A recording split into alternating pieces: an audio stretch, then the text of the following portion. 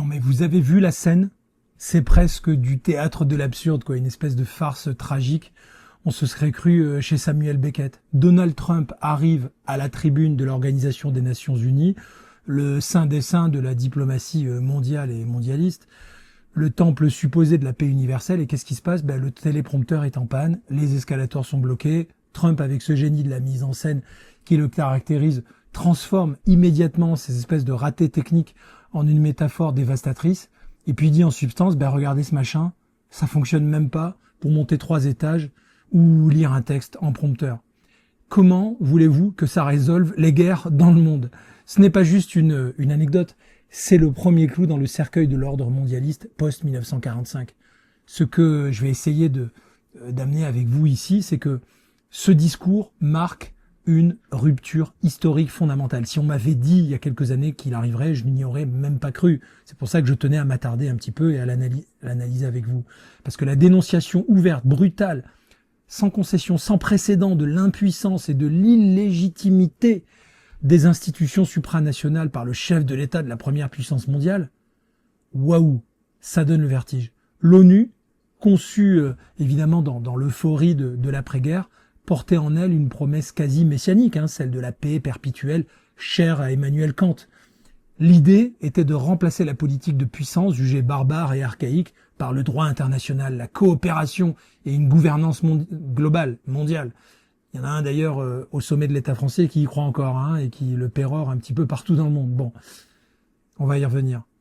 Un monde donc sans ennemis, un monde neutralisé, administré par des technocrates bienveillants. Et puis cette utopie s'est fracassée sur le réel. Trump le dit explicitement, l'ONU a un énorme potentiel, mais l'ONU, hélas, n'est pas à la hauteur des attentes, loin de là. Et puis pire encore, il expose son inutilité crasse. Il énumère une liste impressionnante de conflits auxquels il aurait mis en 7 mois seulement, auquel il a mis fin lui-même en 7 mois seulement. Mais seulement, voilà, Cambodge, Thaïlande, Kosovo, Serbie, Congo, Rwanda, Pakistan, Inde, Israël, Iran, et j'en passe.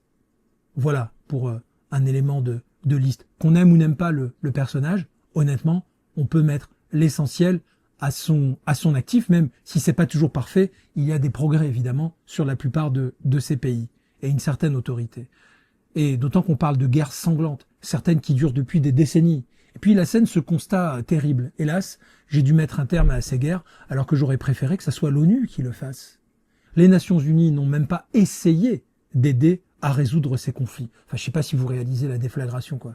Aucun coup de téléphone, rien, nous dit-il. Le contraste est incroyable. D'un côté, l'action décisive du souverain, et de l'autre, l'inertie bureaucratique d'une espèce d'organisation obèse qui se contente de rédiger des lettres, qui restent, évidemment, lettres mortes. Nous sommes ici, mais franchement, au cœur de la pensée du juriste, pour ceux qui connaissent, Carl Schmitt. Pour Schmitt, dans sa théologie politique, l'essence du politique réside dans la capacité à décider et à agir dans des situations exceptionnelles.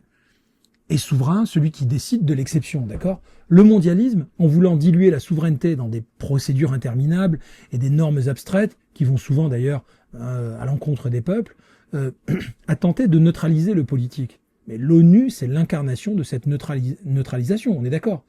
Elle est devenue quoi? Une espèce de machine à produire du consensus mou, incapable de trancher, incapable de nommer l'ennemi, et donc évidemment incapable de garantir la paix. Et Trump, en revanche, incarne le retour en quelque sorte du décisionnisme, si vous voyez ce que je veux dire. Il décide, il agit, il tranche. On aime ou on n'aime pas, c'est pas toujours parfait.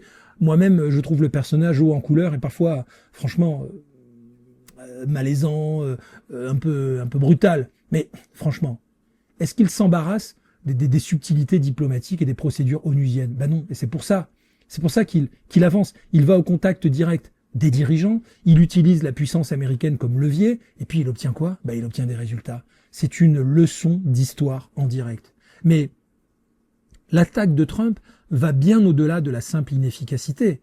Il accuse l'ONU d'être non seulement inutile, mais nuisible. Et il le fait à l'ONU, devant tous ces onusiens. C'est grandiose.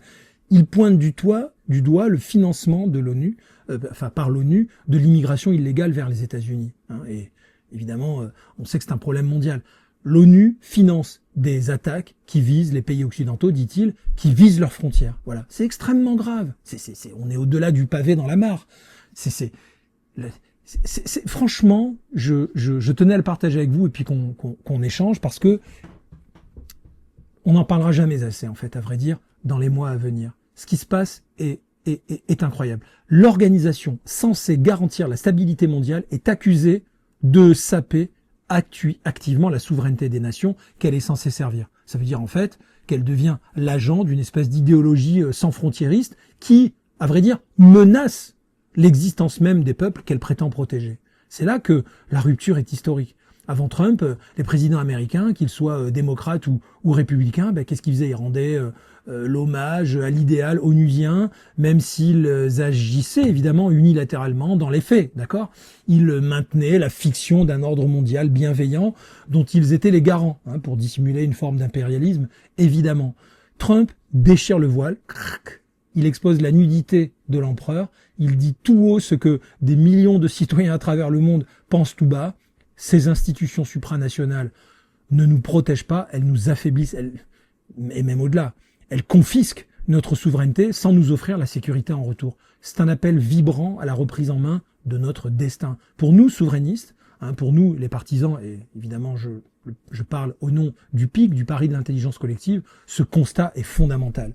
Si les institutions internationales sont défaillantes et idéologisées, alors il est impératif de refonder nos propres institutions nationales pour redonner le pouvoir au peuple, pour que les citoyens redeviennent souverains, constituants et législateurs, sans intermédiaire, sans institutions supranationales pour nous court-circuiter, nous saboter en permanence. Le discours de Trump à l'ONU, c'est donc pas une simple critique, c'est un acte de décès. Il signe la fin de l'illusion multilatérale, il ouvre une nouvelle ère où les nations doivent réapprendre à compter sur elles-mêmes et sur leur propre puissance pour survivre. Et vous savez quoi? Ça fait du bien. Alors continuons. On a souvent caricaturé la doctrine America First de Donald Trump. Peut-être à juste titre, les médias mainstream, les élites mondialisées, les bien-pensants de Bruxelles à Washington l'ont présenté comme un repli isolationniste, un égoïsme nationaliste borné, voire une forme de xénophobie primaire. Mais c'est passé complètement à côté de l'essentiel. Ce que Trump a réintroduit sur la scène mondiale avec une force et une clarté inégalées depuis des décennies, disons les choses, c'est la réelle politique, la vraie politique, celle qui ne se paie pas de mots, celle qui regarde le monde tel qu'il est et non tel qu'on voudrait qu'il soit. Nous allons voir d'ailleurs que ce discours marque l'abandon définitif de l'idéalisme naïf qui a caractérisé la politique étrangère occidentale depuis la fin de la guerre froide et le retour assumé à une vision tragique et conflictuelle des relations internationales. Pour comprendre cette rupture, il faut d'ailleurs revenir aux fondamentaux du réalisme classique, tel que théorisé par des penseurs comme Hans Morgenthau, par exemple, dans son maître ouvrage, vous savez, Politics Among Nations, la politique au cœur des nations. L'intérêt national, défini en termes de puissance, c'est le moteur premier et objectif de la politique étrangère. Voilà, il n'y a pas de politique étrangère en dehors de ça. Les États ne sont pas des entités morales poursuivant des idéaux abstraits, ce sont des acteurs rationnels qui cherchent à maximiser leur puissance et leur sécurité dans un environnement potentiellement anarchique, enfin généralement anarchique, voire chaotique, imprévisible, incertain. Et c'est-à-dire que ces États font ça sans autorité supérieure pour réguler leurs conflits. Et depuis 30 ans, depuis la chute du mur de Berlin, l'Occident a cru vivre dans ce que Francis Fukuyama, le fameux, appelait la fin de l'histoire. L'idée était que la démocratie libérale et l'économie de marché allaient s'étendre inéluctablement au reste du monde, comme c'était beau, créant un ordre mondial pacifié et unifié. Et la politique étrangère américaine, sous Clinton, Bush et Bush fils évidemment et Obama, était imprégnée de cet idéalisme, en tout cas en apparence, que ce soit sous la forme du nation building, d'accord, construire des démocraties clés en main en Irak ou en Afghanistan, tu parles d'un succès, ou de l'interventionnisme moralisateur, ou plutôt on voit bien que dans la morale a servi surtout d'alibi. Et pour quel résultat? Des guerres sans fin, un chaos généralisé au Moyen-Orient, un affaiblissement relatif de la puissance américaine face à la montée de la Chine. Trump arrive et qu'est-ce qu'il dit? Il dit stop, la fête est finie les gars. Le monde n'est pas un village global harmonieux. Moi je vais vous parler vrai. C'est une arène où les nations s'affrontent pour défendre leurs intérêts vitaux. Alors encore une fois, j'insiste, on aime ou on n'aime pas, mais ça fait du bien d'avoir quelqu'un qui arrête de vous prendre pour un idiot en vous balançant des petits idéaux pour bisounours, quoi. Son discours à l'ONU, c'est une application magistrale de cette doctrine, mais magistrale et transparente. Ah, peut-être qu'il nous cache des choses, hein, mais ça au moins, on n'est plus manipulé. Les gens ne sont plus globalement manipulés avec ces espèces de valeurs universelles à promouvoir. Non, non, lui, il nous parle d'intérêts américains à défendre. Et il est clair. Et d'ailleurs, écoutez-le quand il parle du commerce. Je cite. Il dit, en substance, il dit, il faut que ce commerce soit équitable et réciproque. Voilà ce qu'il dit. Donc, il utilise les droits de douane. Et là aussi, ça a été très critiquable, mais pas comme un simple outil économique, mais comme une arme géopolitique assumée pour rééquilibrer les rapports de force. Bah, écoutez, si c'était mon président, je pourrais peut-être déplorer le manque d'élégance de la démarche, mais au moins je me dirais, tiens, il s'occupe de nous, quoi. Hein. Bon, on verra après ce que nous dit l'avenir, peut-être que ça marchera pas, mais au moins c'est clair, ça fait du bien cette clarté, on n'en peut plus de la langue de bois. Alors il le dit clairement, il dit, nous utilisons les droits de douane pour défendre notre souveraineté et notre sécurité. Voilà, c'est du pur réalisme. Il n'hésite pas à bousculer ses alliés d'ailleurs. Hein. Sur l'OTAN, il exige que les membres européens augmentent leurs dépenses militaires de 2 à 5% du PIB. C'est quand même assez contradictoire pour une puissance impériale. En fait, il veut les aider à se doter d'une forme d'autonomie. Et donc, c'est pas par amour de l'Alliance qu'il dit tout ça, mais c'est parce qu'il considère que les États-Unis ont trop longtemps payé pour la sécurité de pays qui, par ailleurs, leur faisaient une concurrence commerciale parfois déloyale. Hein, bon, ça fait partie des règles du commerce international. Mais c'est transactionnel, c'est clair, c'est net, c'est brutal. Et puis c'est efficace. L'Alliance, nous dit-il dans son discours, est aujourd'hui plus forte qu'elle ne l'a jamais été. Bon, c'est une vision que je considère réaliste et qui s'applique aussi à la gestion des conflits, puisque dans le droit fil de ces constats, il ne cherche pas à exporter la démocratie, il ne cherche plus à exporter la démocratie, il cherche à stabiliser les zones de crise pour protéger les intérêts américains. Sa politique iranienne, par exemple, c'est l'exemple le plus frappant, le plus flagrant. Il dénonce l'accord sur le nucléaire, non pas parce que il est contre la paix, mais parce que il le juge contraire aux intérêts de sécurité des États-Unis et de ses alliés régionaux. Et il passe à l'action. Voilà, donc il appelle ça l'opération Marteau de minuit, vous savez, qui aurait détruit donc les principales infrastructures nucléaires iraniennes. C'est l'usage décomplexé de la force militaire pour atteindre un objectif politique précis face à une menace, empêcher celui qu'il appelle d'ailleurs le principal parrain du terrorisme, de posséder l'arme nucléaire. Et je veux dire, il s'est quand même trouvé des gens pour le critiquer.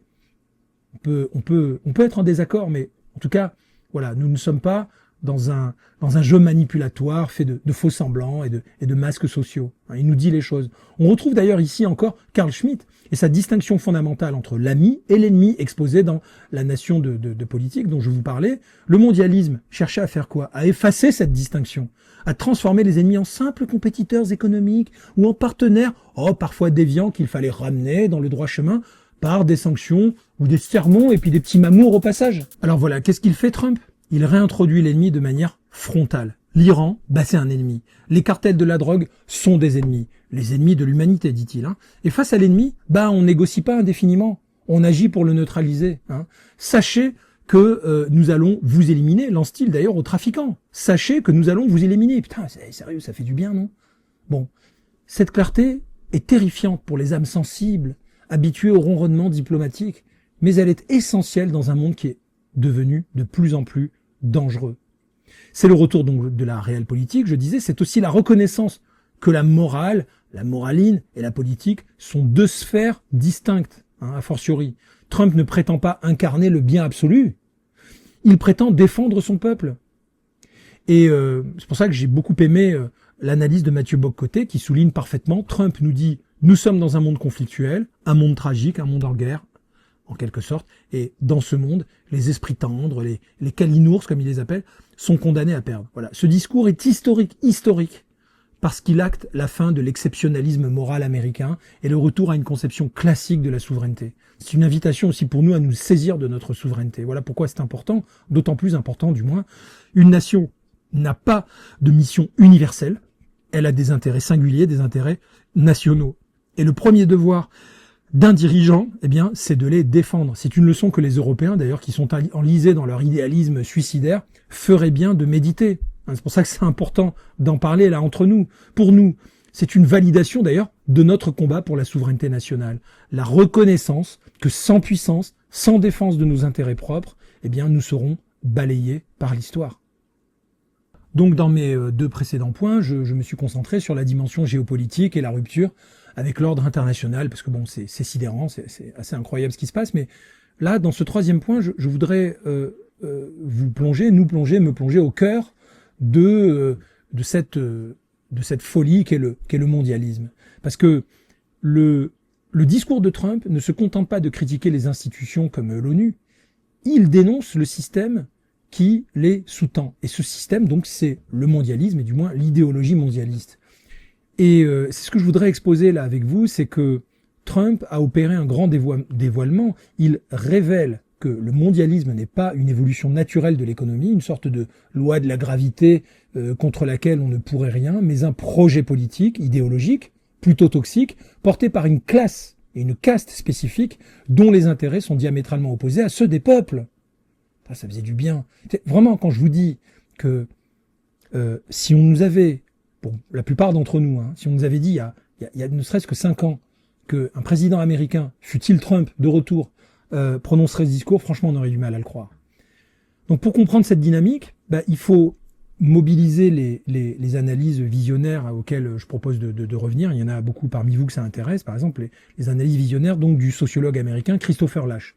Dans son livre testamentaire, vous savez, la révolte des élites dont on parle souvent entre nous, et la trahison et la trahison de la démocratie, ça date quand même de 1995, mais incroyablement prémonitoire. Christopher Lasch identifiait une fracture sociologique majeure dans les sociétés occidentales. Il expliquait que la menace pour la démocratie ne venait donc plus des masses populaires, mais d'une nouvelle classe dirigeante mondialisée. C'était incroyablement prémonitoire et visionnaire. Et ces élites qui contrôlent les flux financiers, l'information, les grandes universités, les institutions internationales, elles ont littéralement fait sécession. C'est d'ailleurs sa thèse, et on peut le constater, nous tous, sans forcément être des Christopher Lasch. Elles ne vivent plus, ces élites, dans le même monde que leurs concitoyens.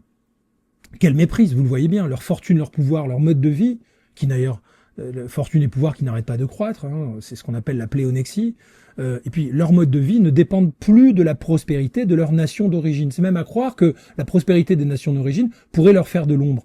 C'est même à croire qu'ils ont besoin d'établir en quelque sorte une emprise, de développer des ingénieries sociales pour que nous ne puissions pas, dans la prospérité, lever la tête, d'accord, collectivement bien sûr, pris comme nous le sommes dans notre survie économique. Ça me fait penser à cette vieille phrase d'Aristote, je me rappelle plus exactement de la citation, mais qui disait « Le tyran a besoin de garder la tête de ses concitoyens sous l'eau, qu'ils ne soient pas trop prospères et qu'ils soient occupés à leur survie économique pour ne pas lever la tête et verticaliser les combats. » Je veux dire, Aristote l'écrivait déjà. Bon, c'est pour ça que je vais au bout de cette hypothèse. Mais pour revenir à Christopher Lasch, il nous dit que ces élites sont devenues apatrides, cosmopolites et profondément méprisantes envers les attachements nationaux qu'elle ringardise, qu'elle présente comme étant vraiment du passéisme. Et elle méprise les traditions, elle méprise les valeurs des classes populaires, qu'elle juge archaïques et déplorables d'ailleurs, pour reprendre le terme tristement célèbre d'Hillary Clinton, en personne, qui nous a lâché le truc. On pourrait parler de Macron qui nous dit « mais la culture française, ça n'existe pas », qui balaye d'un revers de main. Le mondialisme, c'est quoi? C'est l'idéologie de cette élite sécessionniste, narcissique. Le mondialisme prône l'ouverture totale des frontières pour les capitaux, parce que c'est dans l'intérêt de cette caste, évidemment pour les biens, on peut transférer d'un bout à l'autre de la planète, et aussi, nous le verrons plus tard, pour les hommes. Évidemment, pour les hommes, et on va reparler d'immigration, je vais revenir au discours de Trump. Mais pourquoi? Parce que ça sert leurs intérêts. Le libre-échange intégral permet de délocaliser la production là où la main-d'œuvre est la moins chère et les normes environnementales les moins contraignantes. C'est ce qui leur permet de maximiser ainsi les profits des multinationales tout en exerçant une pression à la baisse sur les salaires des travailleurs occidentaux. J'enfonce des portes ouvertes que la plupart d'entre vous avaient déjà très très bien analysées. Alors, le discours de Trump dans tout ça à l'ONU, mais je le répète, c'est d'autant plus incroyable et inattendu que c'est une charge frontale contre ce système et ses conséquences dévastatrices. Il parle de l'essor économique sous son administration, qui contraste avec les dégâts de l'administration précédente. Bon, ok, on peut dire c'est une posture de politicien. Mais enfin, cet essor, il le fonde sur quoi? Sur une logique inverse à celle du mondialisme. Je veux dire, là, on a quand même une forme de démonstration.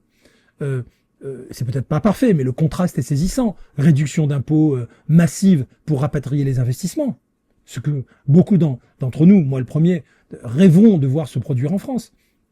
Donc réduction massive des impôts pour rapatrier les investissements, l'attractivité fiscale comme on dit, suppression des réglementations pour libérer les énergies productives nationales, d'accord, parce que nous les réglementations, on n'en peut plus. Je veux dire, c'est complètement délirant en Europe.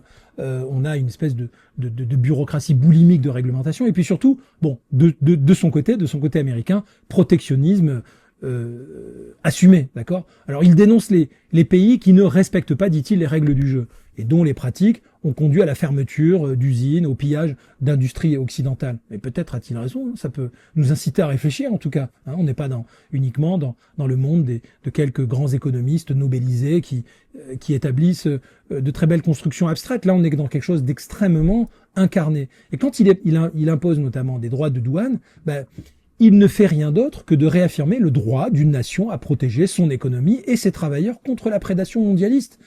Ces paroles prennent un goût particulièrement amer quand on pense à la vente à la découpe de l'industrie française, notamment accélérée sous la présidence de Macron, catastrophique en la matière. Donc, c'est quoi son attitude et ce qu'il prône? C'est un acte de souveraineté économique élémentaire. J'arrive même pas à croire qu'on soit obligé d'en parler, de l'expliciter, tant cela devrait être évident. Et c'est pour ça que ce discours m'a fait du bien, en tout cas. Et d'autant plus que cet acte de souveraineté était devenu un tabou absolu dans le consensus néolibéral. Enfin, c'est une histoire de fou. Et le dévoilement de Trump va plus loin. Il expose donc l'hypocrisie fondamentale de cette élite mondialisée qui prône des valeurs universelles de tolérance, d'écologie, évidemment pour s'acheter une espèce de bonne conscience, une respectabilité, mais qui dans les faits vit dans des enclaves protégées, utilise des jets privés tout en culpabilisant le peuple sur son empreinte carbone, je vous rappelle les ZFE, etc., et méprise profondément la démocratie réelle. Trump, par son style même, certes un peu bourru, et voire très bourru, et par son rejet viscéral du politiquement correct, en tout cas incarne la révolte contre cette élite pharisiaïque, d'accord. Il parle le langage du peuple, le langage de ceux qui ont été laissés pour compte par la mondialisation, ceux d'ailleurs de la fameuse Rust Belt américaine, où on pourrait dire pour ce qui est de la France, c'est comme la France périphérique, si l'on veut faire le parallèle.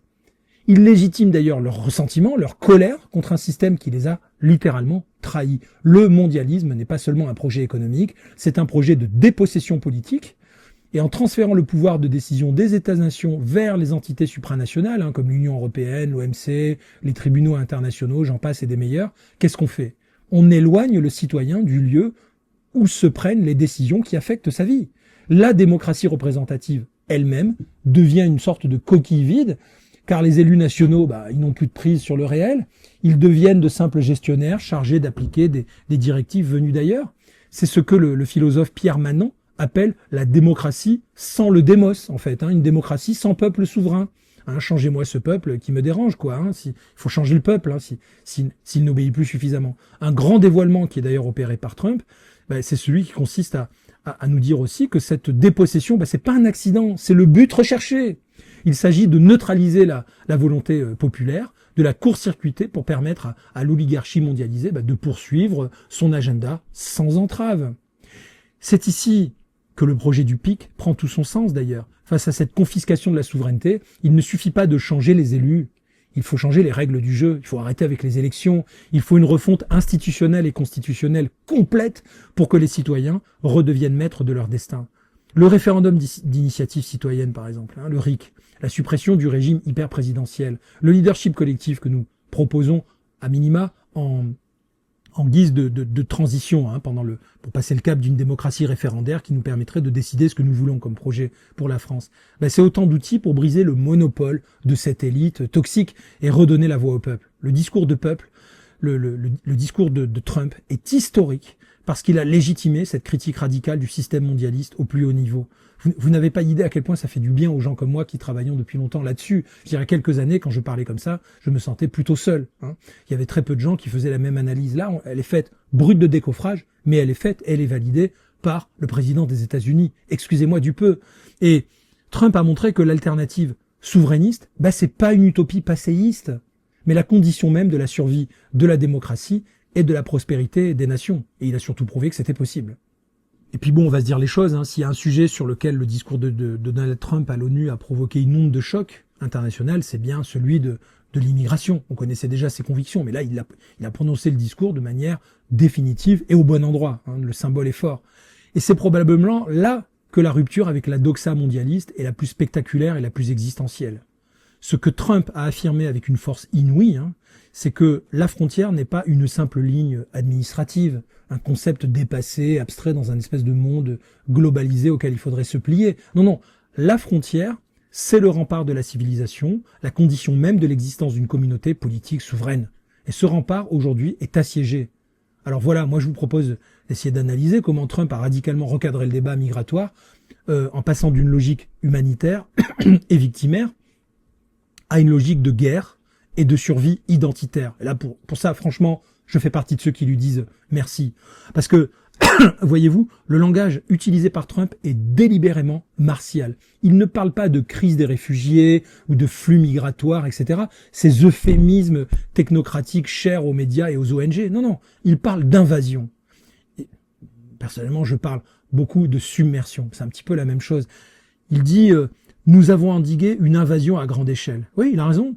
Il l'a endigué. Et il parle de millions et de millions de personnes qu'il y a affluées du monde entier, incluant d'ailleurs des prisonniers, des personnes, d'ex-prisonniers, donc des personnes déséquilibrées, des trafiquants de drogue. Bah oui, bah c'est vrai, il y en a dans le lot. Ça veut pas dire qu'ils sont tous comme ça. Mais de quel droit est-ce qu'on imposerait à un peuple souverain de courir le risque? Peu importe le pourcentage hein, de trafiquants de drogue qui débarquent. On en a déjà suffisamment avec les nôtres hein, chez nous. Bon, alors ce choix des mots, bah, c'est pas anodin.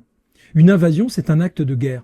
C'est une violation de la souveraineté territoriale qui appelle une réponse de légitime défense. D'accord? En qualifiant la situation ainsi, Trump repolitilise, il nous autorise à repolitiser, je l'espère, plus globalement, au-delà de moi, de vous, de ceux qui me suivent, il repolitise donc fondamentalement l'enjeu migratoire. Il le sort du registre de la morale, ou en tout cas de la diabolisation, pour le placer sur le terrain de l'existence même de la nation. D'accord?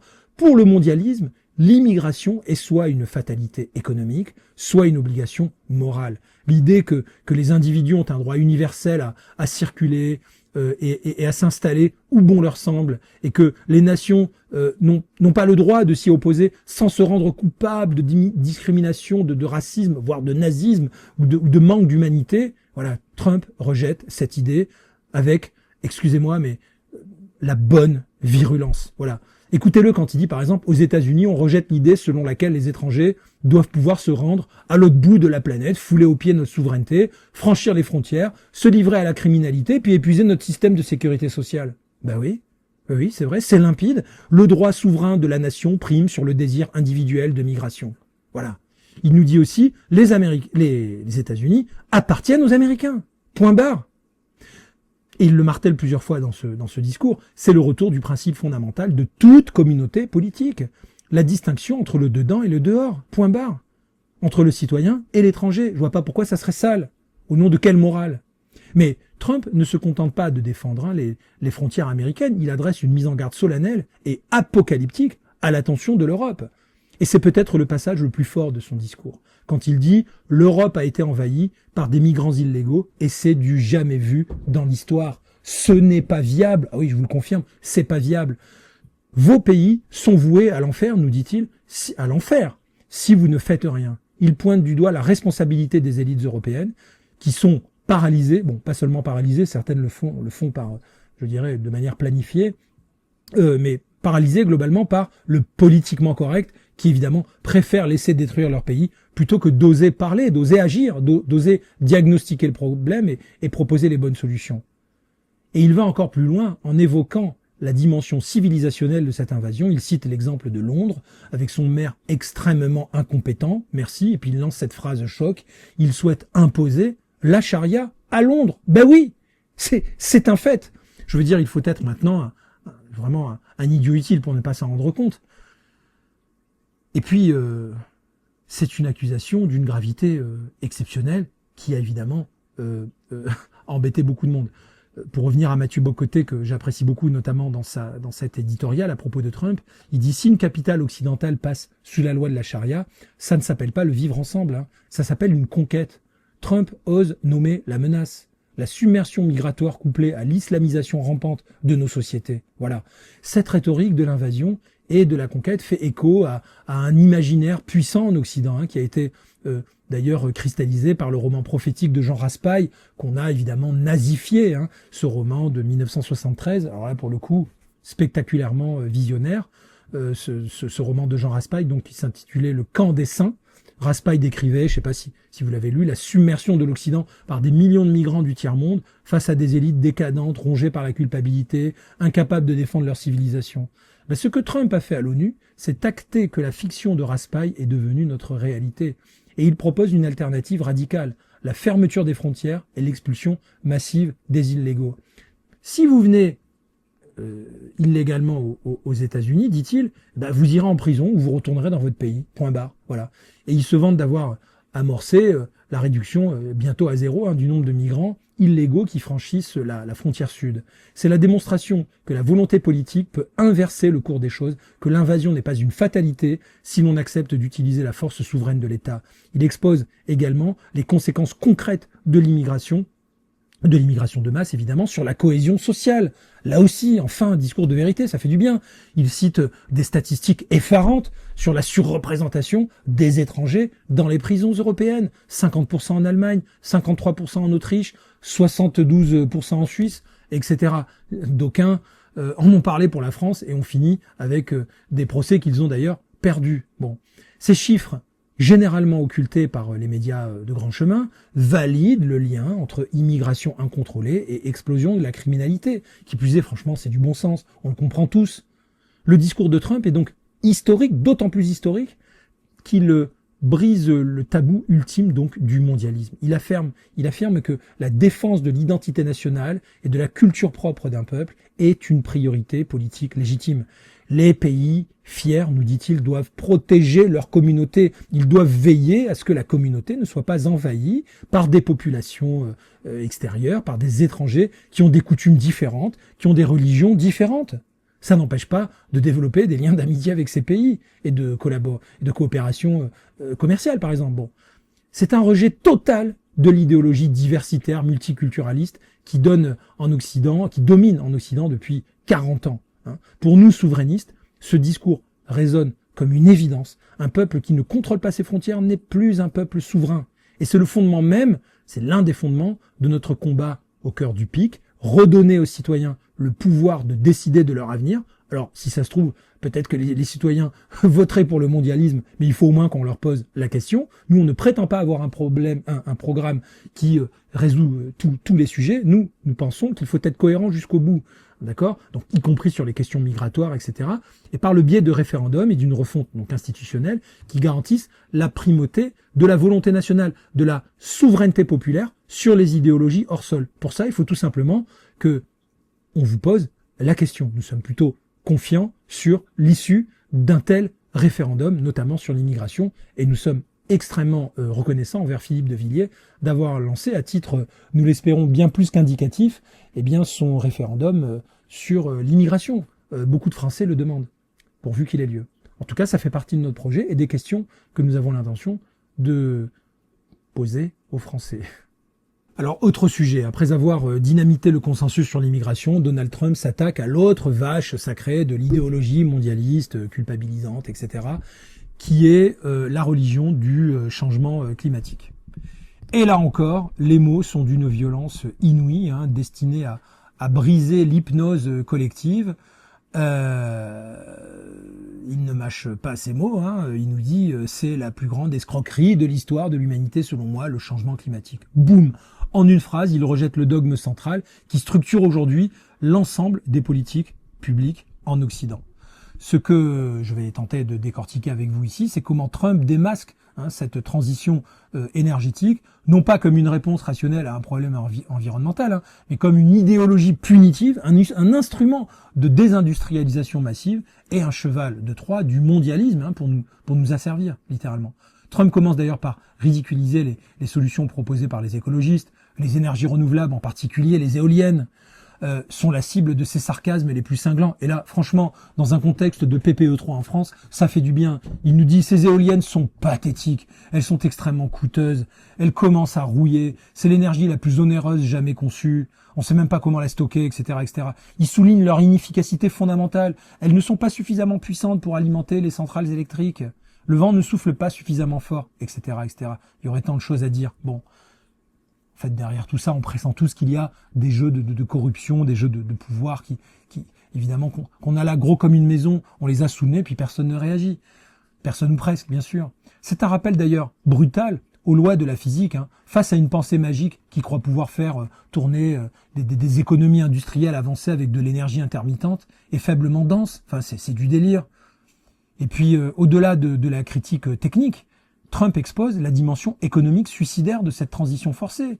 Il pointe du doigt d'ailleurs l'Europe, hein, qui s'est engagée tête baissée dans cet agenda écologique. Il nous dit « ces pays sont au bord de la destruction en raison de cet agenda écologique ». Moi, j'ajouterais, c'est difficile de douter qu'il n'y ait pas une intention derrière tout ça. Hein. Il cite d'ailleurs l'exemple de l'Allemagne, qui était au bord de la faillite avant de rectifier le tir en revenant aux combustibles fossiles et à l'énergie nucléaire. Bravo, hein, l'écologie. C'est une leçon d'économie réelle. L'énergie abondante et bon marché, c'est le sang qui irrigue toute société prospère. Se priver volontairement de ses ressources énergétiques, c'est organiser son propre déclassement. Il le dit explicitement, il dit la transition écologique, c'est la meilleure façon de faire faillite. Waouh, ça fait du bien d'entendre ça, qu'un politique puisse le dire, non, vous pensez pas? Les conséquences alors sont concrètes pour les citoyens. Explosion des factures d'électricité, c'est pas comme si nous en France on s'était pas battu contre la loi PPE3 qui risque de revenir et de doubler nos factures d'électricité dans les années à venir sur des plans complètement débiles de surinvestissement dans les éoliennes. D'ailleurs, les factures d'électricité sont par exemple 4 fois plus élevées en Europe qu'en Chine. 4 fois plus élevées en Europe qu'en Chine. Alors, les autres conséquences, évidemment, perte d'emploi, ça a commencé, fermeture d'usines, pas mal d'artisans sont aussi en souffrance. Et Trump dénonce quoi? Il dénonce cette écologie punitive qui sacrifie le bien-être des populations sur l'autel d'un dogme climatique. Il mentionne même que les décès liés aux canicules sont plus élevés en Europe parce que les gens n'ont plus les moyens d'utiliser la climatisation. Pas bête, non? Eh oui, il y a des chiffres. Et c'est pas des chiffres qui montrent des corrélations, mais des causalités. La nuance est importante. C'est cruel, mais c'est vrai. L'écologisme est devenu, en plus d'un dogme complètement débilitant, une espèce de luxe que seuls les plus riches peuvent se permettre. Tandis que les classes populaires, ce sont elles qui en paient le prix fort. Mais le cœur de l'attaque de Trump réside dans la dénonciation de l'hypocrisie et de l'iniquité, si l'on peut dire, fondamentale des accords internationaux sur le climat. Il rappelle son retrait de l'accord de Paris. Il dit c'est un faux accord qui imposait des contraintes écrasantes aux États-Unis. 1000 milliards de dollars, dit-il, c'était le coût qu'il a évalué. Tout en laissant le champ libre aux principaux pollueurs de la planète, c'est-à-dire la Chine, qui n'avait pas à payer jusqu'en 2030. Et oui, là aussi on revient sur la réelle politique. C'est un grand marché de dupes. L'Europe réduit son empreinte carbone de 37% au prix de sacrifices colossaux, tandis que les émissions mondiales augmentent de 55%, principalement à cause de la Chine et d'autres pays émergents. Donc Trump expose cette réalité dérangeante. L'agenda climatique occidental n'a aucun impact significatif sur l'environnement global. Bon sang, enfin, quelqu'un qui le dit, ça fait du bien, mais il a un impact dévastateur sur notre compétitivité et notre souveraineté. C'est l'auto-sabotage stratégique. La Chine, dit-il, utilise le charbon, le gaz, tout sauf l'éolien. Ils sont pas fous. Par contre, ils sont ravis de vendre leurs éoliennes aux Occidentaux qui sont vraiment de plus en plus cons, franchement. Nous nous affaiblissons d'ailleurs volontairement, tandis que nos rivaux stratégiques se renforcent. Mais c'est insensé. Trump déconstruit également d'ailleurs le concept même d'empreinte carbone, qu'il qualifie de duperie, fabriquée de toutes pièces par des personnes plutôt mal intentionnées. Il utilise l'anecdote savoureuse du président Obama, qui sermonne le monde entier sur l'empreinte carbone avant de monter à bord de son vieux Boeing polluant pour aller jouer au golf à Hawaï.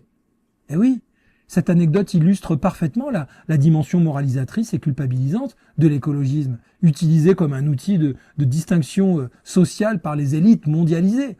Face à cette escroquerie, qu'est-ce que nous dit Trump? Il nous propose une alternative radicale, l'indépendance énergétique fondée sur l'exploitation massive des ressources nationales. Voilà, il nous dit, On n'a plus de gisements de gaz et de pétrole. Nous, on en a plus que tout le monde, pardon, et que n'importe quel autre pays, d'accord? Donc, il réhabilite même le charbon, hein, le beau charbon propre, puisque c'est une vision évidemment prométhéenne, bon, pour le coup contestable, mais fondée sur la confiance dans le génie humain et le progrès technologique, à l'opposé de l'idéologie malthusienne et décroissante qui domine le discours écologiste.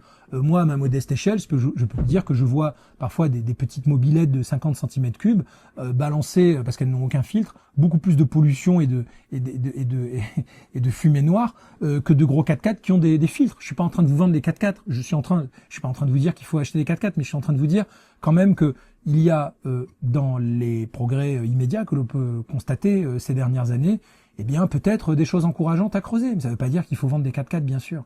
Alors le discours de Trump, pour moi, il est d'autant plus historique que, voilà, il ose s'attaquer de front à la nouvelle religion d'État de l'Occident. Il libère la parole, il légitime le scepticisme face à un discours climatique de plus en plus alarmiste et autoritaire. Peut-être qu'il a tort, mais au moins le débat reprend. Et pour nous, souverainistes, cette critique est essentielle.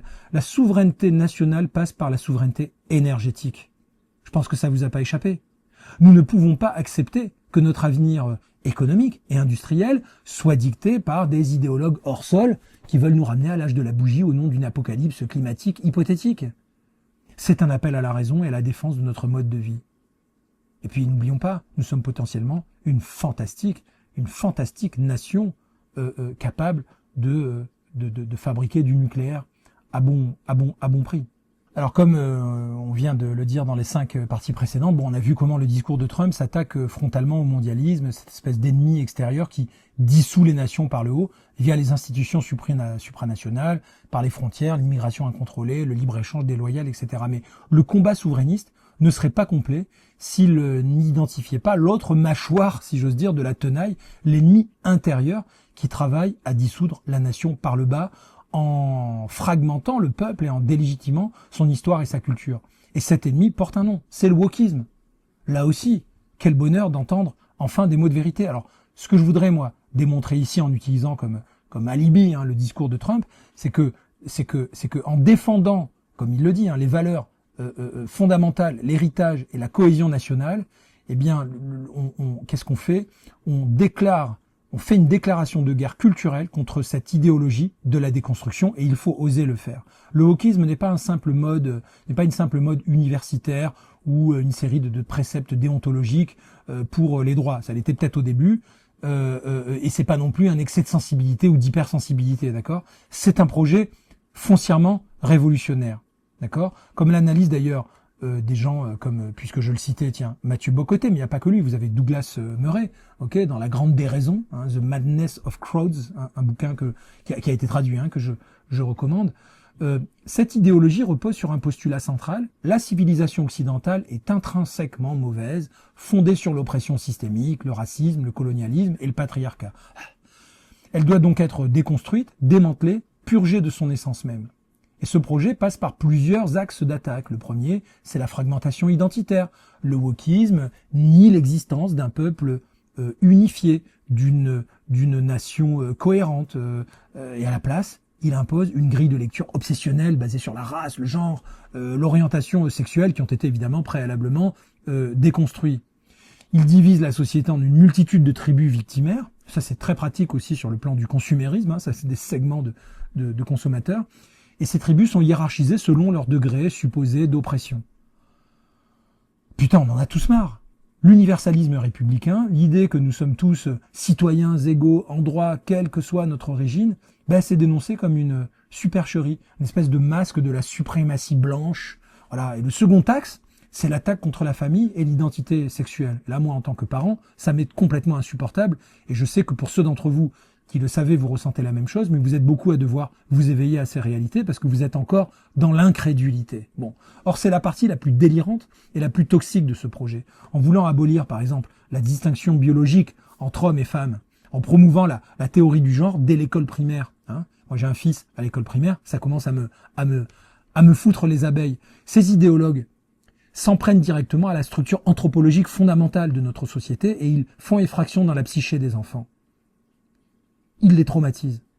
Il nous dépossède de notre parentalité. Il cherche à créer des individus déracinés, fluides, sans repères stables et donc parfaitement malléables pour le projet mondialiste. Un individu privé d'identité sexuelle claire, c'est un individu sans ancrage dans le réel. C'est un individu inquiet, fragile, vulnérable. Face à cette offensive, le discours de Trump agit comme un antidote puissant. Il ne rentre pas dans les subtilités théoriques qu'il balaye du revers de la main, et il a bien raison, et ça fait du bien. Mais il réaffirme des évidences vitales. Il parle de préserver les cultures, de préserver les traditions. Oui, ces cultures, ces traditions, et même ces dogmes, le dogme, la notion même de dogme ayant été entachée d'une dimension hyper péjorative, que l'on comprend évidemment avec l'évolution du langage et le progrès avant qu'il ne devienne sa version pathologique dans le progressisme. Mais toutes ces choses-là, culture, dogme, tradition, etc., ça existe pour une raison. Ça a tenu longtemps pour une raison. C'est pour ça que Trump défend explicitement la liberté religieuse, notamment pour les groupes religieux les plus persécutés, c'est-à-dire, j'ai nommé les chrétiens. C'est un point crucial. En ce moment, vous avez un véritable génocide aussi qui s'opère sur des chrétiens, que ce soit au Nigeria, en Syrie, etc. Hein, ils sont chassés dans le monde entier. Ils sont les plus persécutés dans le monde entier, objectivement. Hein. En nommant, et je vous invite à faire des recherches chiffrées, et donc en nommant spécifiquement les chrétiens, ce que je crois particulièrement courageux, Trump réaffirme les racines, évidemment, judéo-chrétiennes de la civilisation occidentale, précisément celle que le wokisme veut éradiquer ou relativiser face à l'islam conquérant, dans une logique de soumission. Et c'est une réhabilitation du nous national fondé sur une histoire et des valeurs partagées. Le rejet du politiquement correct que nous avons déjà évoqué sur l'immigration et l'écologie, c'est ici l'arme principale de cette contre-offensive culturelle. Le wokisme fonctionne par l'intimidation, la censure, la cancel culture. Vous pouvez à tout moment être pulvérisé dans vos aspirations de carrière, dans votre métier, etc. Moi, j'ai d'ailleurs perdu des clients, des amis, etc. Et ça m'est bien égal. Peut-être que je peux me permettre, pour beaucoup de gens, c'est particulièrement tragique. Alors Trump cherche à faire quoi? À rendre... donc il dénonce le fait que le wokisme cherche à rendre donc indicible, impensable, tout discours qui défendrait la norme, la tradition ou l'identité nationale. Et ça, c'est vraiment un problème. Nous ne sommes pas des êtres déracinés. D'ailleurs, je vous incite fortement à lire un magnifique ouvrage de Simone Weil, avec un W, la philosophe, L'enracinement. Magnifique. C'est une donnée anthropologique incontournable. Et donc, Trump n'est peut-être pas Simone Weil, par sa brutalité verbale, il est un petit peu, peut-être rugueux évidemment, mais il brise littéralement ce carcan. Il légitime la parole de millions de personnes qui n'en peuvent plus de cette police de la pensée et qui refusent, et j'en fais partie et vous en faites partie pour beaucoup, qui refusons donc de nous excuser d'exister, qui refusons de voir notre monde s'effondrer sous les coups de boutoirs, de minorités devenues tyranniques. De Tocqueville s'était trompé d'ailleurs. Ça n'est plus la majorité qui, comme il l'avait envisagé, avait un pouvoir de tyrannie. Aujourd'hui, ce sont les minorités. Il faut inverser son discours. Il faut bien comprendre que le wokisme et le mondialisme sont les deux faces de la même médaille. Ils concourent au même objectif, l'effacement de la nation souveraine.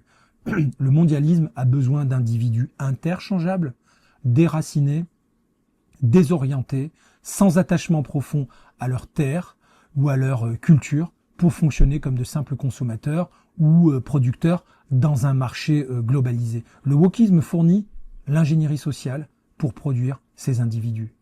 Le wokisme est d'ailleurs en soi une ingénierie sociale. Nous y reviendrons dans une autre vidéo, si vous le souhaitez. En attendant, l'histoire nationale, la langue, la famille, la religion, l'enfance, tout ça, fait l'objet d'une tentative de destruction, et malheureusement ça marche partiellement, systématique, comme si c'était les derniers bastions de résistance à la globalisation intégrale.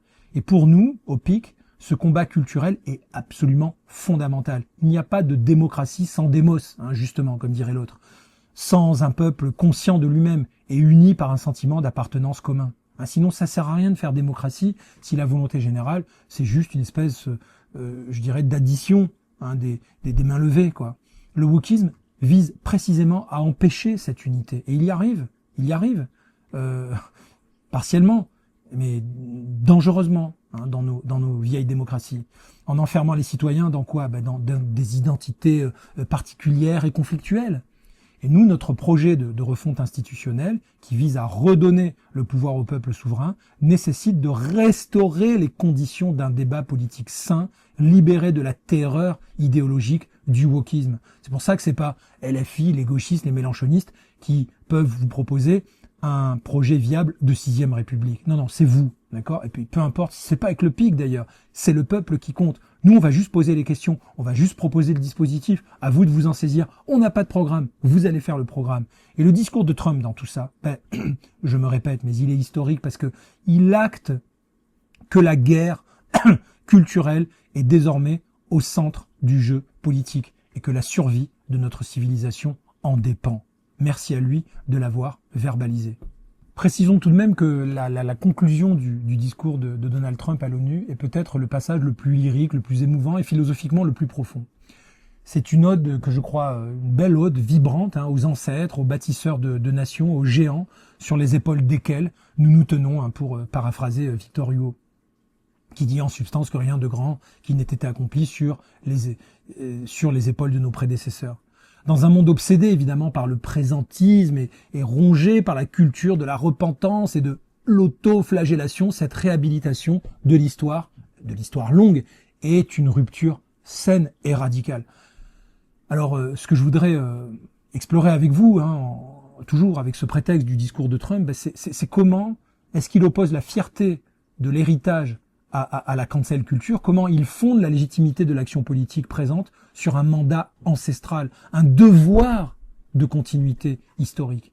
Alors écoutez attentivement ces mots qui résonnent avec une force particulière, je les traduis directement en français, c'est quand il dit « Nos ancêtres ont gravi des montagnes, ont conquis les océans, ils ont traversé les déserts, c'était des soldats, des agriculteurs, des ouvriers, des explorateurs, des patriotes, ils ont construit des villes, des royaumes, ils ont forgé des idées, ils ont créé des industries, ils ont bâti des empires. » C'est une vision épique de l'histoire, tout à fait méritée. Après tout, nous avons besoin aussi peut-être de ce récit, fût-il quelque peu romancé. Il n'y a pas ici de place pour la honte ou l'excuse. Il y a la reconnaissance du courage, de la force, de l'esprit, et de l'esprit entrepreneurial, de l'esprit d'aventure, de l'esprit de conquête qui ont façonné nos nations, qu'on le veuille ou non. C'est à l'opposé exact du discours dominant en Occident, notamment dans les universités et les médias, qui tentent à réduire l'histoire occidentale à une succession de crimes, esclavagisme, colonialisme, guerres impérialistes. Cette vision pathologique de l'histoire n'est pas neutre, elle a un objectif politique précis. Délégitimer la civilisation occidentale, saper la confiance en soi des peuples et justifier leur remplacement ou leur dissolution dans un magma post-national. Mais si notre passé n'est que crime, alors nous ne méritons pas d'avenir. Et c'est ça qu'ils nous disent. C'est la logique mortifère de la cancel culture, c'est nous qu'ils veulent effacer. Ils veulent déboulonner nos statuts, ils le font, ils ont commencé. Ils veulent réécrire les livres d'histoire. Ils veulent soumettre le passé à un tribunal idéologique permanent, juger des hommes du XVIIIe siècle avec les critères moraux de leur XXIe siècle pathologique. Mais c'est un anachronisme absurde et destructeur, on en a ras-le-bol. Et Trump restaure une conception saine de l'histoire. L'histoire n'est pas un tribunal, c'est une source d'identité, d'inspiration et de force, d'édification morale. C'est ce que le grand historien Ernest Renan, d'ailleurs, dont certains textes se trouvent sur le site de l'Assemblée nationale, sur le site du gouvernement français, je le rappelle, et qui expliquait déjà, dans sa célèbre conférence de 1882, « Qu'est-ce qu'une nation ?» qui est reprise donc sur le site du gouvernement français. Pour Renan, une nation est une âme, un principe spirituel constitué de deux choses. Il nous dit, l'une est dans le passé, l'autre dans le présent. L'une est la possession en commun d'un riche legs de souvenirs, l'autre est le consentement actuel, le désir de vivre ensemble, la volonté de continuer à faire valoir l'héritage qu'on a reçu indivis. Et il ajoutait Ernest Renan, le culte des ancêtres est de tous le plus légitime. Les ancêtres nous ont fait ce que nous sommes. C'est exactement ce que dit Trump. Il réactive ce culte des ancêtres. Je ne sais pas s'il a lu Ernest Renan, mais c'est finalement du bon sens tout ça. Il nous rappelle que nous ne sommes pas nés de nulle part et que nous sommes les dépositaires, à vrai dire, d'un héritage précieux, payé par la sueur, le sang et les larmes de ceux qui nous ont précédés. Ils ont versé leur sang, nous dit-il. Ils ont fait le sacrifice ultime. Et cette reconnaissance de la dette envers les ancêtres fonde un devoir impérieux pour le présent. C'est le mandat ancestral. Il nous dit, aujourd'hui, il nous incombe de protéger les nations qu'ils ont bâties. Et c'est une mission qu'il nous incombe de mener à bien. Qui ne ressent pas dans ses tripes ce discours en pensant d'où il vient?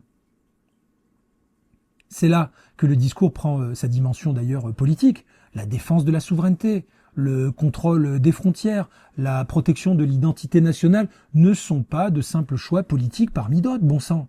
Ce sont des obligations que l'on peut considérer comme sacrées envers ceux qui ont construit le pays et envers ceux qui viendront après nous. Trahir cet héritage, le laisser se dissoudre par lâcheté ou par idéologie, mais c'est rompre la chaîne des générations. C'est commettre une forme de suicide civilisationnel. Trump lie ainsi directement le combat contre l'immigration incontrôlée et la supercherie écologique à ce devoir de protection de l'héritage. Il accuse les élites européennes de détruire leur patrimoine parce qu'elles n'osent pas agir. C'est une accusation de trahison historique. Cette caste nous laisse sombrer dans la dissolution. Ce discours est fondamental pour nous les souverainistes. Un peuple qui méprise son passé n'a pas d'avenir, je le répète. Un peuple qui oublie ses héros et ses martyrs devient une masse amorphe, prête à toutes les servitudes. Alors voyez-vous, le projet du PIC, qui vise à refonder nos institutions, je le répète, et à redonner le pouvoir aux citoyens, s'inscrit dans cette continuité historique. Nous voulons que le peuple français reprenne le contrôle de son destin et de son passé, tout autant que de son avenir, vous l'aurez compris. Non pas pour faire table rase, en effet, de ses héritages en provenance de son histoire, mais pour renouer avec le fil de sa longue histoire de nation libre et fière. Le discours de Trump est historique parce que il nous rappelle que la politique, dans son sens le plus noble bien sûr, n'est pas seulement la gestion du quotidien, mais c'est la transmission d'une civilisation, bon sang. C'est un appel à retrouver le sens de la grandeur et à être digne de nos ancêtres. Alors franchement, on peut pas analyser l'impact historique du discours de Trump sans parler de son style. Bon, c'est vrai, car chez Trump, le style, c'est le fond, hein. La forme, c'est le message. Bon, ses détracteurs, les élites médiatiques et politiques, ont passé des années à se moquer de son langage simpliste, de ses outrances, de ses improvisations, de sa brutalité verbale. Ils y voient la preuve de son incompétence, de son inculture, de son manque de dignité présidentielle. Mais c'est précisément parce qu'ils sont prisonniers de leur propre code qu'ils ne comprennent pas la puissance redoutable de cette rhétorique, dans ce qu'elle a de simple et non pas de simpliste.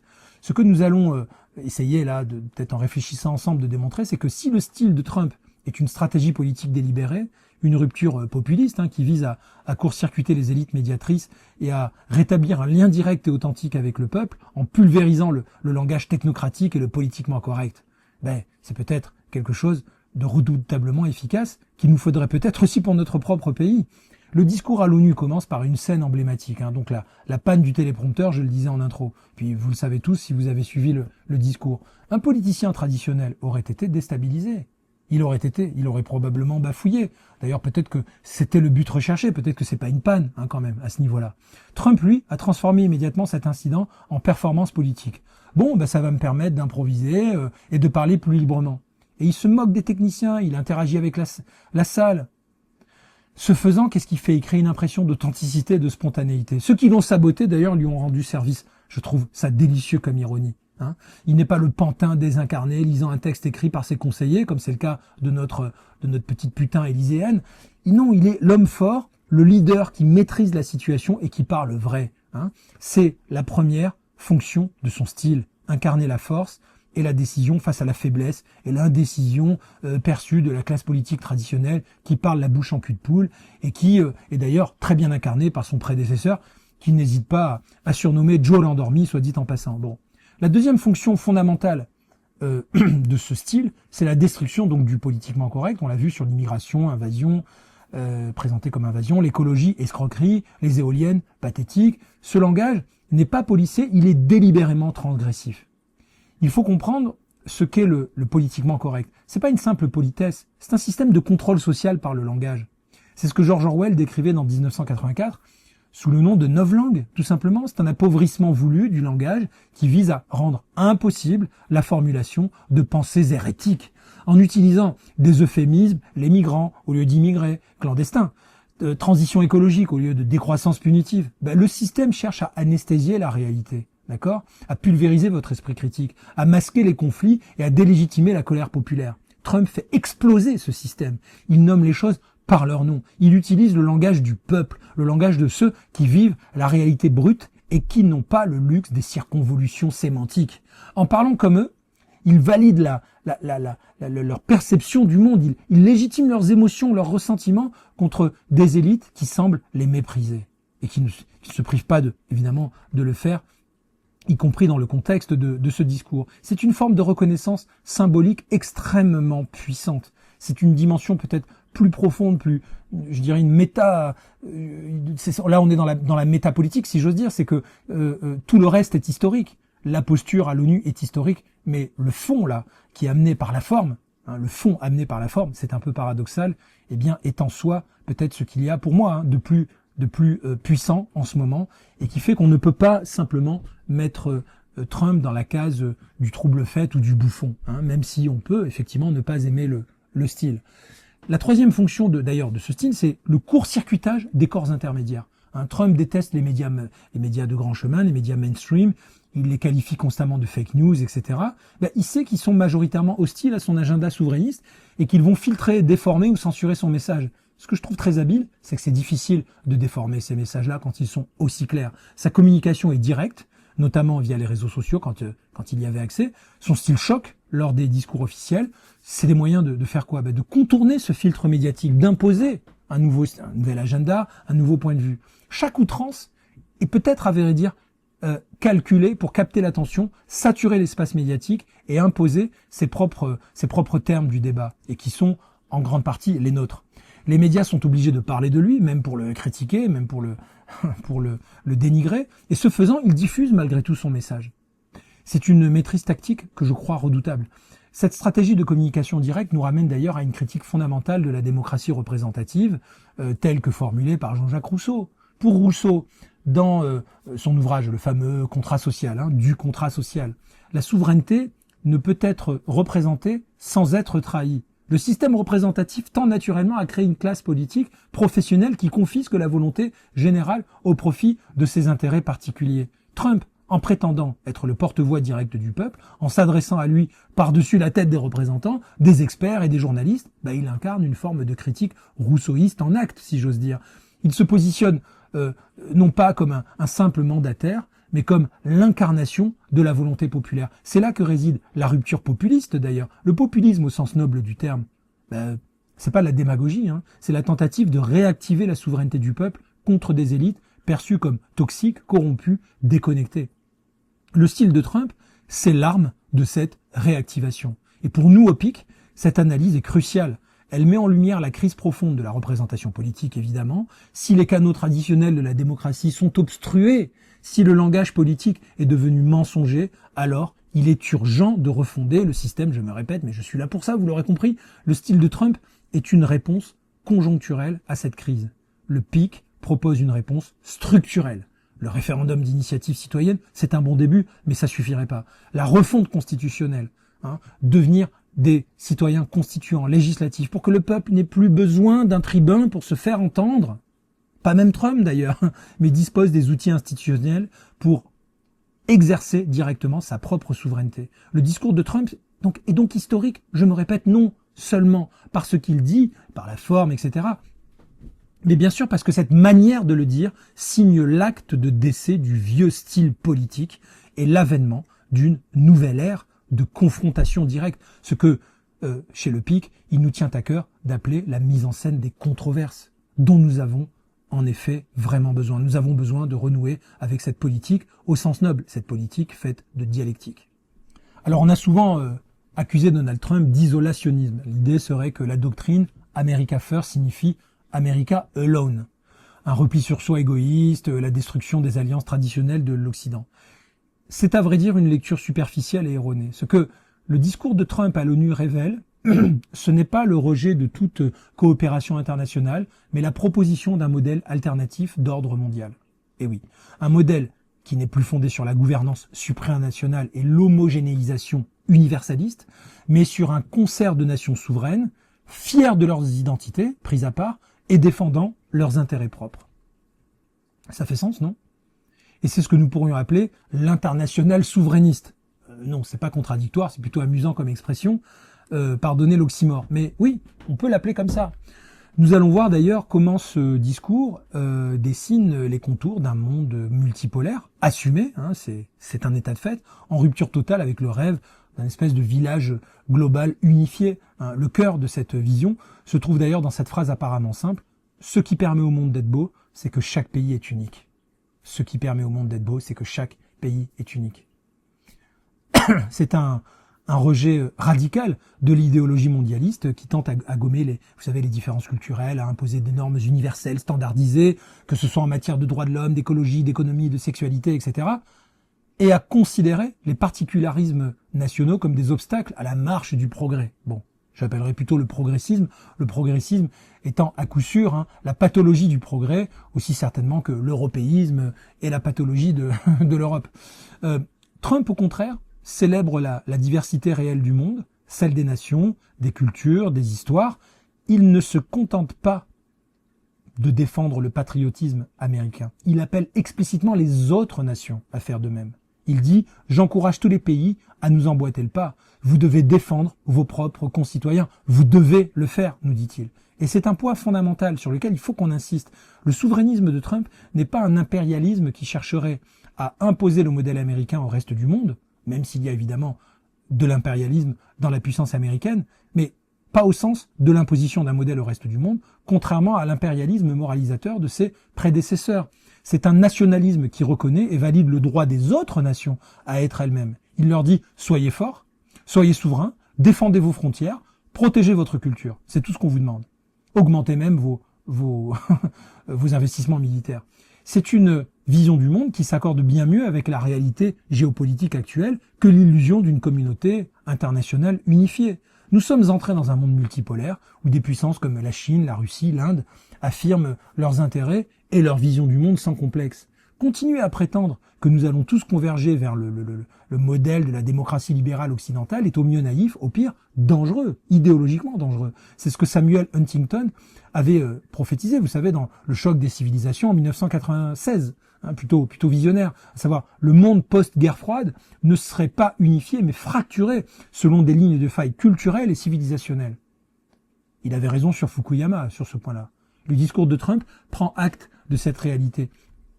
Et il ne cherche pas à éviter le choc, mais à préparer l'Occident à y faire face en réaffirmant sa propre identité et sa propre puissance. Cette vision d'ailleurs de l'international souverainiste se manifeste concrètement dans la manière dont Trump interagit avec les autres dirigeants. Il privilégie les relations bilatérales, directes, transactionnelles, fussent-elles évidemment brutales dans le style de Trump, mais plutôt que les grandes messes multilatérales, vous voyez, dont il ne ressort jamais grand-chose à vrai dire.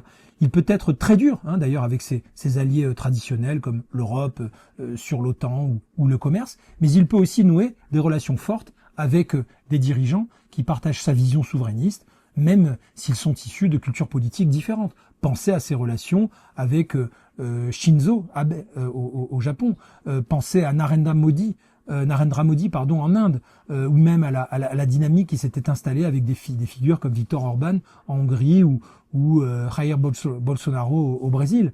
Il y a une reconnaissance mutuelle entre ces leaders qui ont compris que l'enjeu du XXe siècle, c'est la défense de la nation contre les forces de la globalisation. Et dans son discours, il félicite explicitement El Salvador pour sa politique de fermeté contre les criminels et l'Allemagne pour son revirement, en tout cas énergétique, vers le nucléaire et les fossiles, puis reconnaît aussi les succès des autres nations quand elles agissent dans leur intérêt souverain.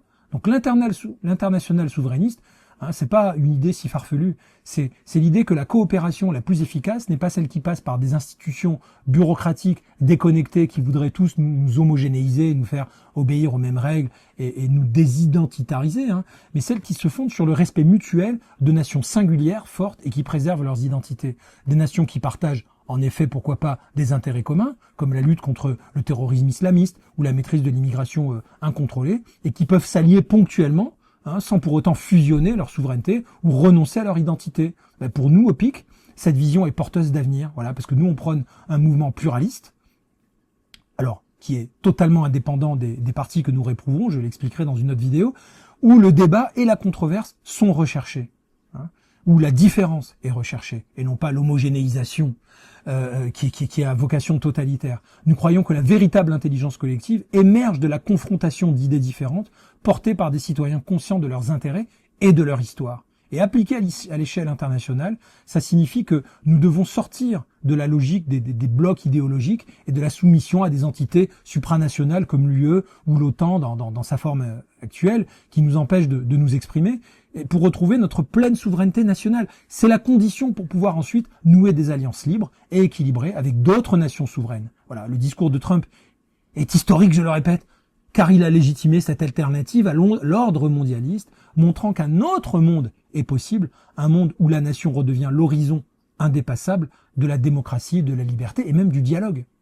Bon, j'arrive au terme de mon analyse en 10 points. Vous savez que j'affectionne ce format qui m'oblige à structurer ma pensée.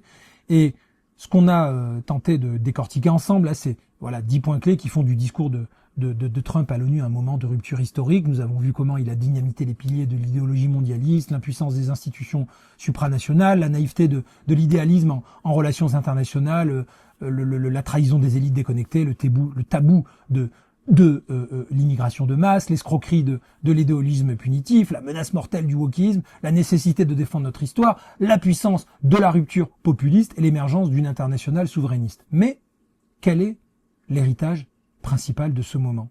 Quelles leçons devons-nous en tirer pour notre propre combat? La leçon fondamentale, le message le plus subversif et le plus galvanisant de ce discours, c'est la fin de la fatalité. C'est la démonstration éclatante que la volonté politique peut inverser le cours de l'histoire. Pendant des décennies, les élites mondialistes nous ont répété qu'il n'y avait pas d'alternative. Le fameux TINA, There is no alternative de Margaret Thatcher, appliqué à la globalisation.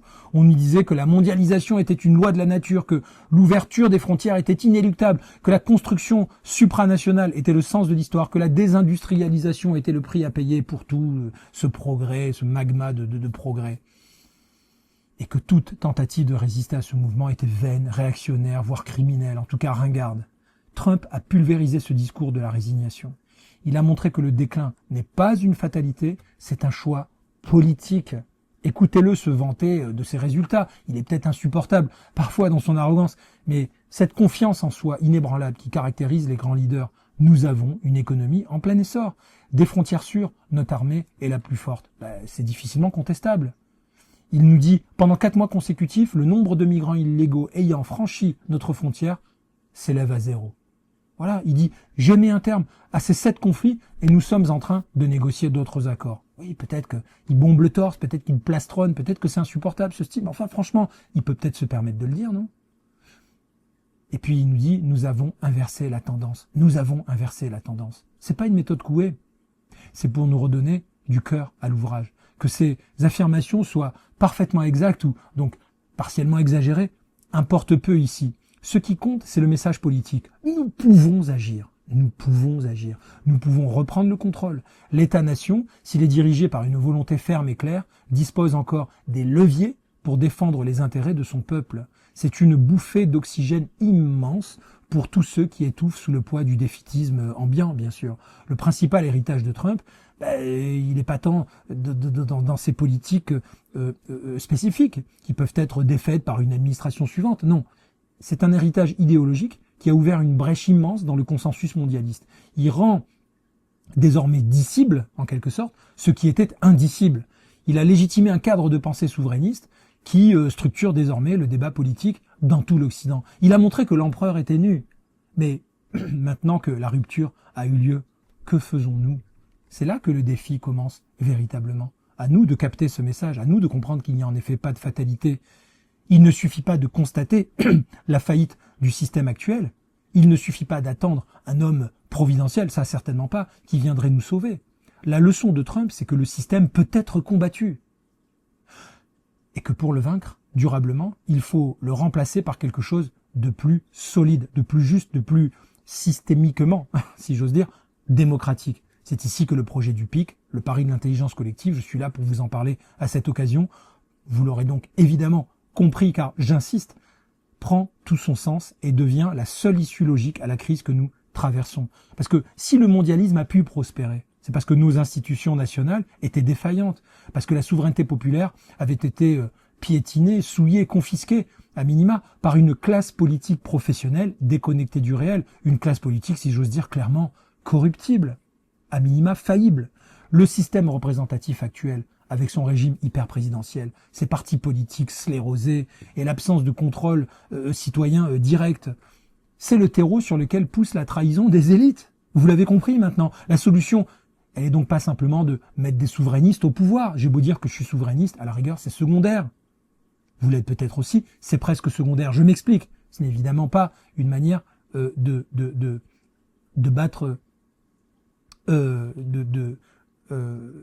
battre en retraite devant l'urgence de réclamer notre souveraineté, évidemment. Mais la solution, c'est de changer le cadre institutionnel lui-même. C'est la refonte complète que nous proposons. Une refonte institutionnelle et constitutionnelle qui passe par une démocratie référendaire intense, qui permette aux citoyens de voter d'abord pour les idées et les programmes, et non plus pour ces candidats interchangeables, véreux et de plus en plus stupides et fatigants. Une refonte donc qui instaure une démocratie référendaire intense, avec le rite constituant, abrogatif, évidemment, qui rend les mandats impératifs, révocables, etc., etc. Une refonte qui garantisse que les citoyens resteront à jamais et irrévocablement souverains, constituants et législateurs. Je ne me laisserai pas de le répéter. Le discours de Trump, c'est un appel à l'action. Nous devons commencer dès aujourd'hui, dès maintenant, nous dit-il. Ben oui, en effet, il montre la voie de la reconquête de notre souveraineté. Le PIC nous donne les outils pour mener ce travail de reconquête jusqu'au bout. L'enjeu n'est rien de moins que la survie de notre nation et de notre civilisation. Je suis loin d'être le seul à le dire. L'histoire nous regarde. L'histoire avec un grand H nous regarde. Nos prédécesseurs, peut-être, nous regardent. À nous de relever ce défi, de nous battre pour nos rêves et pour nos enfants, et de bâtir cet avenir évidemment beaucoup plus rassurant, plus sûr, plus beau, plus noble, où nos peuples seront enfin maîtres de leur destin. Merci de m'avoir suivi. Vive la France. Vive le peuple français.